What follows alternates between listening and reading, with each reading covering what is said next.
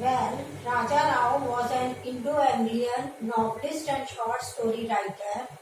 He wrote many articles, short stories and novels. Kanthapura is one of his novels. Today we will do the study of chapter 1 of Kanthapura. The whole lecture covers 4 parts today: summary, critical, text and paper pattern. Let us start the summary first. The novel starts with the geographical description of Kanthapura. Kanthapura is a village situated in the Kara of province. It is situated up the high mountains and it faces Arabian Seas. It is up Bangalore, up Pettur. Up means in the north direction.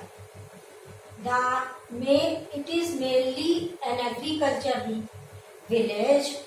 The main crops grown here are cardamom, coffee, sugarcane and rice.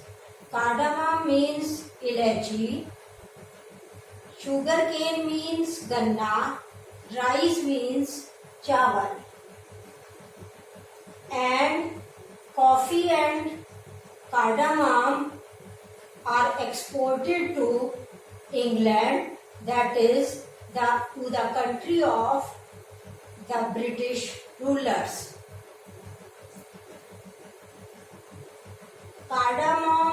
Kanthapura is a village where the river Himavati flows.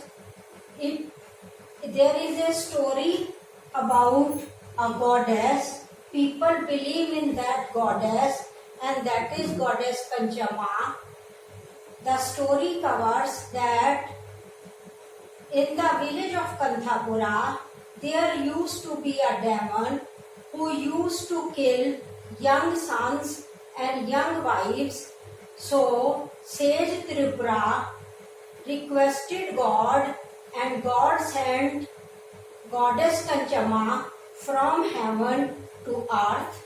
She killed the demon, and so people started worshipping her on the hill where she settled down. Really, people had full faith in this goddess Panchama. They gave offerings to Panchama. Panchama protected them from cholera and smallpox. They used to do prayers to goddess Panchama at every occasion. And then the novel describes different castes. Kanthapura had many castes, and every caste had a quarter. Quarter means mohalla. So there is the Brahmin quarter, the potter quarters, the weaver quarters, the Shudra quarters. In Brahmin quarters there lived Brahmins. Among them is Panchama, who is a childless widow and whose parents lived with her. She had a sister-in-law, Venkama. Venkama was very jealous of Rangama. Then there is description of Patel Rangegowda. Patel Rangegowda was a respected man in the village. He was a terror to the authorities. Then there is the description of a temple in the village. There is a story about the temple of this village. One day, Murthy, the hero of the novel, was passing through the village. he saw Shivling. He dug it out, and some villagers suggested that a temple should be built. A temple was built, and Bhatta consecrated that temple. Surya Narayan suggested that Shankar Jayanti should be celebrated in this temple, and so Shankar Jayanti started celebrating. Shankar Vijay, the story of Shankar, was told by Ramakrishnaya, and people arranged dinner after the katha or story, and the day on which nobody offered the dinner, Rangama was ready to offer the dinner. After Shankar Jayanti, there was a suggestion by Murthy that Harikatha should be done. Harikatha men should be brought from the city, and Harikatha should be started. Harikatha means Katha of Hari, that is the story of God, and so Jai Ramchar was arranged by Murthy, and Jai Ramchar started narrating the stories of gods and goddesses, and he mixed the stories of gods and goddesses with Gandhian movement. He, for example, he told one day, like the story like this, that one day sage Valmiki went to Brahma, and he said to Brahma that you created Bharata on earth, that is India on earth. Bharata was very prosperous, but now the British rulers had come there, and they had started exploiting the people of India or Bharata, and so he requested Brahma to send a great man on earth to save India. Brahma accordingly sent Mahatma Gandhi. Mahatma Gandhi was the Krishna. He killed the serpent of he tried to kill the serpent of foreign rulers from India. He was Shiva. Shiva had 3 eyes, and the 3 eyes of Gandhi are self-purification, Hindu-Muslim unity, and Khaddar. Gandhi taught people ahimsa, that is non-violence, and truth. He said to people, fight but harm no soul. He preached the spinning of charkhas, and in this way Gandhi became the incarnation of God on earth. In this way, the myths of Shiva and Krishna are associated with the political life by Jai Ramchar. So, Jai Ramchar, who tried to preach the freedom struggle to the villagers, he was arrested by the police one day because the Swami, the agent of British rulers, complained against him to the authorities, and so Jai Ramchar was arrested. When Jai Ramchar was arrested, Murthy was very sad for some days, but he went on doing the preaching of ideals of Mahatma Gandhi, and the result was that Sinu and many other young villagers boycott the foreign clothes. They threw away foreign clothes and started wearing khadi. Then Bade Khan, the policeman, was deputed in the village to look at the activities of the villagers. In this way, there is the entrance of Bade Khan at the end of chapter 1. So here chapter 1 ends. Now the critical summary of this chapter 1. First of all, let us discuss its narrative technique. The story is narrated in first person. The first person who narrates the story is Achakka. Achakka narrates the story in we, not I. She narrates the story of her people to her people. Since Indians have we feeling, not I feeling, since Indians have community feeling, not individual feeling, so the narrator narrates the story. She starts the novel, she starts the narration by mentioning our village Kanthapura.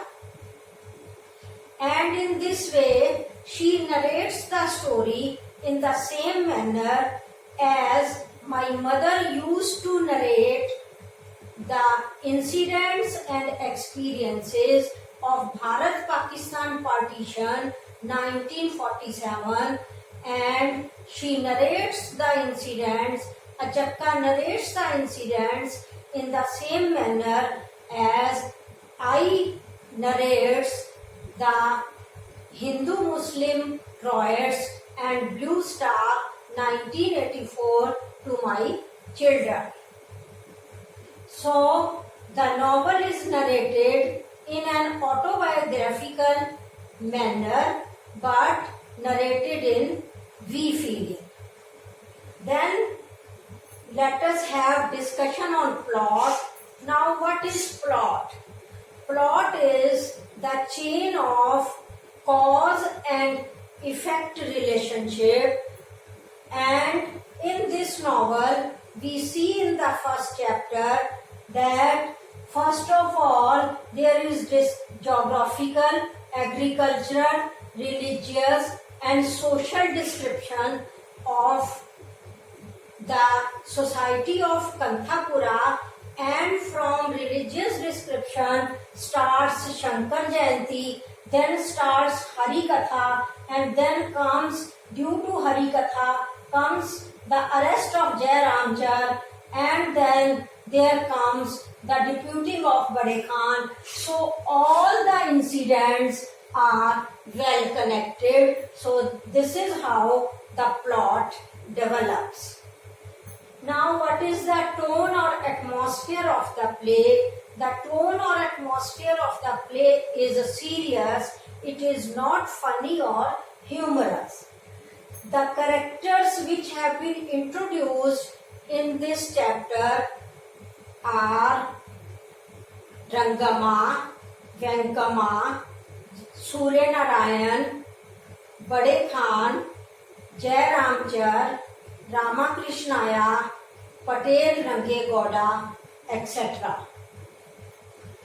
Now, the chapter contains myths. First myth, what is myth? Let us have a definition of myth. What is myth?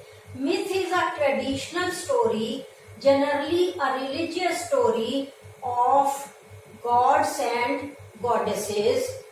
And in this novel, the myth of goddess Kanchama has been described, and the myth of Shiva and Krishna has been described and associated with political life. Later in the novel, Rama, Sita and Ravana myth will also be described. For the time being, we can say that in this chapter there are three myths. One myth is the faith and belief of people in religion, and the other two are the religious stories associated with political life. Then we can say that the society described in the novel is a transitional society. There is transitional means changing. It is a changing society. There was a strict caste division in 1930s, which is the background of the novel, and every people of every caste lived in separate quarter or mohalla. But Murthy, when he arranged Harikatha, he collected donation from the villagers, and in order to collect donation from the villagers, he went from door to door and he collected the money from Parahiyas also. He went to Parahiyas house also, Parahiyas or SC's house also. In this way, he is campaigning against untouchability. Like Murthy, there are many other characters who believe in remarriage of widows and who believe in women education. They not only believe, they practice these things. It has been commented by the novelist in this chapter. Then the theme which we discussed in our previous lecture, that is the theme of Gandhian struggle movement, has been introduced in this chapter. Novel is regional. Region means a particular place, a particular region, a particular area of land in a country, and the novel is situated in a small village, Kanthapura, in South India, and so the activities, the life of that region has been described, but the village Kanthapura is representative of every village of India of 1930s. In this way, the novel is regional, but it had universal appeal. Now, the next part is the text. Let us open our book, open your novel or open your textbook or e-book on page 1. I am reading the first passage of page 1, chapter 1. Our village, I don't think you have ever heard about it. Kanthapura is its name, and it is in the province of Kara. High on the ghats is it, high up the steep mountains that face the cool Arabian seas. Up the Malabar coast is it, up Bangalore and Pettur, and many a center of cardamom and coffee, rice and sugarcane. Roads, narrow, dusty, rut-covered roads, wind through the forest of teak and of jack, of sandal and of sal, and hanging over bellowing gorges and leaping over elephant-haunted valleys. They turn now to the left and now to the right and bring you through the Alembe and Champa and Mena and Kola passes into the great granaries of trade. There, on the blue waters, they say, are carted cardamoms and coffee. Get into the ships the red men bring, and so they say they go across the 7 oceans into the countries where our rulers live. So this is the first passage of the novel on page number 1. let us have the comprehension question answer on this passage. First question is, in which province is Kanthapura situated? The answer is, Kanthapura is situated in the province of Kara. Second question is, on which sea and coast is this village situated? This village is situated on the Arabian Seas in the Malabar coast. Question number third is, how are the roads of this village? And the answer is, the roads of this village are narrow, dusty, rut covered. Question number 4, which animal roams around in the valley? The answer is, elephants roam around in the valley. Question number 5 is, where do the cardamoms and coffee go? The answer is, the cardamoms and coffee go to England. Now open your book on page number 2. Page number 2, bottom, at the bottom, the last 4 lines on page 2. I am reading these lines to show you how the people of Kanthapura used to pray before goddess Kanchama. They used to say, the lines, the sentences are written within inverted comma. O Kanchama, protect us always like this, through famine and disease, death and despair. O most high and bounteous, we shall offer you our first rice and our first fruit, and we shall offer you saris and body clothes for every birth and marriage. We shall wake thinking of you, sleep prostrating before you, Kanchama, and through the harvest night shall we dance before you, ... and we shall offer you all dancing and singing, ... We shall close our eyes and hymn your praise, Kanchama, great goddess, protect us, O Banyan one. So this is how people used to pray and has been quoted in the novel. Now open your book on page 4. On page 4, there is a sentence which is a compliment from Achakka to Murthy. Murthy ... Murthy had gone through life like a noble cow, quite generous, serene, deferent and Brahmanic, a very prince. So the narrator compliments Murthy by calling him a noble cow, by calling him generous and cool. Now let us have a look at the university paper pattern.